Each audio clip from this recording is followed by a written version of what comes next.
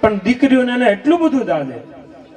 આ અડગ હિમાલય જેવા માણસને અમે ચોધાર આંસુડે હરમીશ કોઈ વાત કરે ને તો અડગ હિમાલય જેવો માણસ લાગે છે, પણ કોમળનો એટલો બધો આમ પોલાણથી કોતરાઈ ગયેલો છે, તેની આંખમાંથી દળદળ આંસુ પડતા હોય. સુરતમાં કેટલાય કાર્યક્રમમાં વ્યસ્ત હોવા છતાં ઋષિકેશ ટાઉનશીપમાં જ્યારે સપ્તાહ ગોઠવણી તમામ કાર્યક્રમો પર ચોકડી મારી અને 15 દિવસ અડીખમ પગે રાત દિવસ દોડતા રહ્યા. એટલું જ નહીં, એના હંસ સોસાયટીમાં એના આપણે બધી પાણી સ્ટોર માટેના કૂવાના દરેક બંગલામાં બનાવેલા હોય.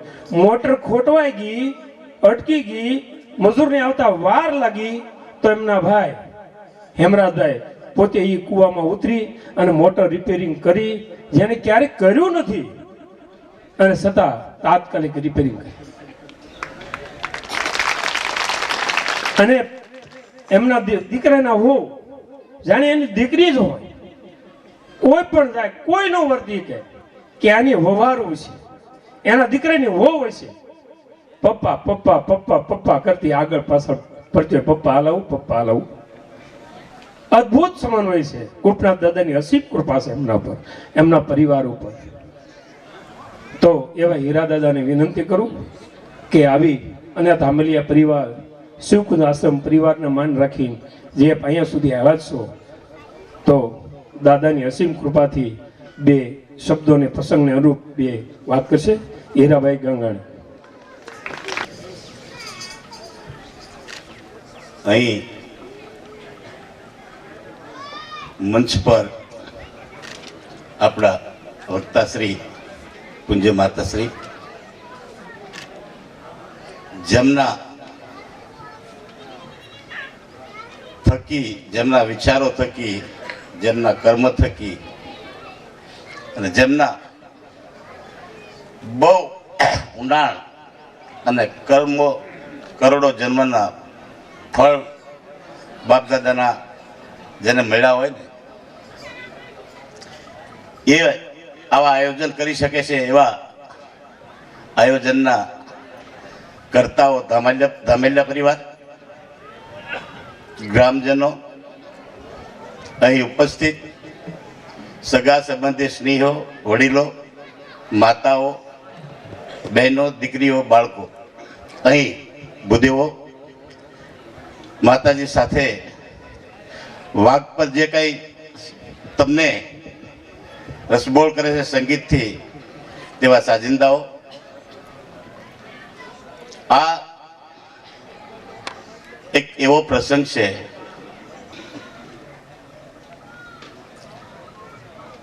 અને દીકરી ને જો આવતા ડૂબાડી હોય ને આ દેશમાં, તો ભણેલા ગણેલા ડૂબાડી છે. ગામડાઓ નહીં. અને મોટી જો એનર્જી હોય તો શહેરોના છે દીકરીઓની. અને એના માટે ટીમે આયોજન કરવા પડે. આપણે બેટી બચાવો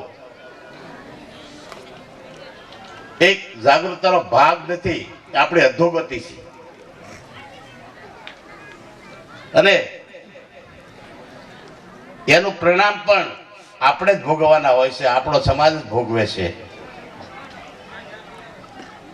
દીકરી એવું વરદાન છે, એવું ધન છે. દીકરી એ જગત માતા છે. આ દીકરી ના સર્જનથી દુનિયાનું સર્જન થયું છે, આપણને બધા જ ખબર હોવા છતાં.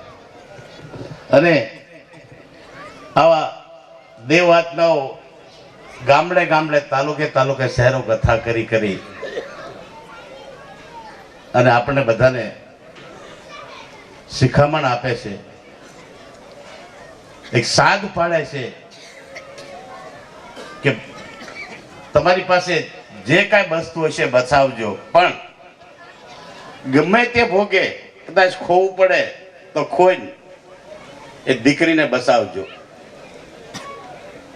આ વૈરાગ્યઓને પણ કહેવા બહાર નીકળવું પડે, અભિયાન ચલાવવા માટે, એ આપણા માટે, આ સમાજ માટે અને આવતા સમયના ભારતના ભવિષ્ય માટે બહુ મોટી અધોગતિ છે.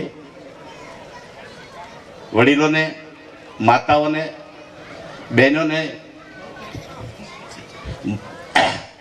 ઘરમાં વહુ હોય તો વહુ, દીકરી હોય તો દીકરી, એને અને દીકરીના ઘણા બધા સામાજિક જીવનના પાત્રો છે. વહુ બને છે, માતા બને છે, બેન બને છે, ભાભી બને છે, માસી બને છે, ભાઈ બને છે. પણ હરેક પાત્રમાં દીકરીનું સન્માન થવું જોઈએ, આપણે સન્માન કરવું જોઈએ. અને ઘણો સમય સારો છે, પહેલા જેવું રહ્યું નથી. માતાઓ વડીલો બેઠી છે, એમને ખબર છે. એક સંસારિક જીવનમાં એક ભયંકરમાં ભયંકર પાત્ર એવું હતું, એને સાસુ માં કહેતા.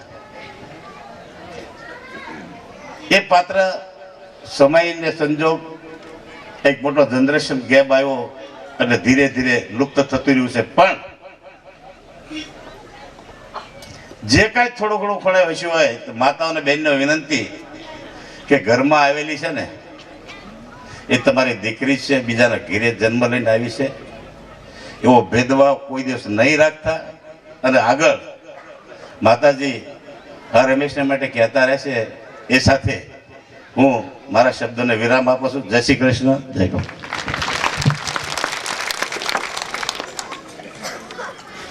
ખૂબ ખૂબ આભાર. અહીંયા આપણે પધારી અને આપણે એટલું ઉદ્બોધન કર્યું એ બદલ આપણે આવકારીએ છીએ. જય સિયારામ.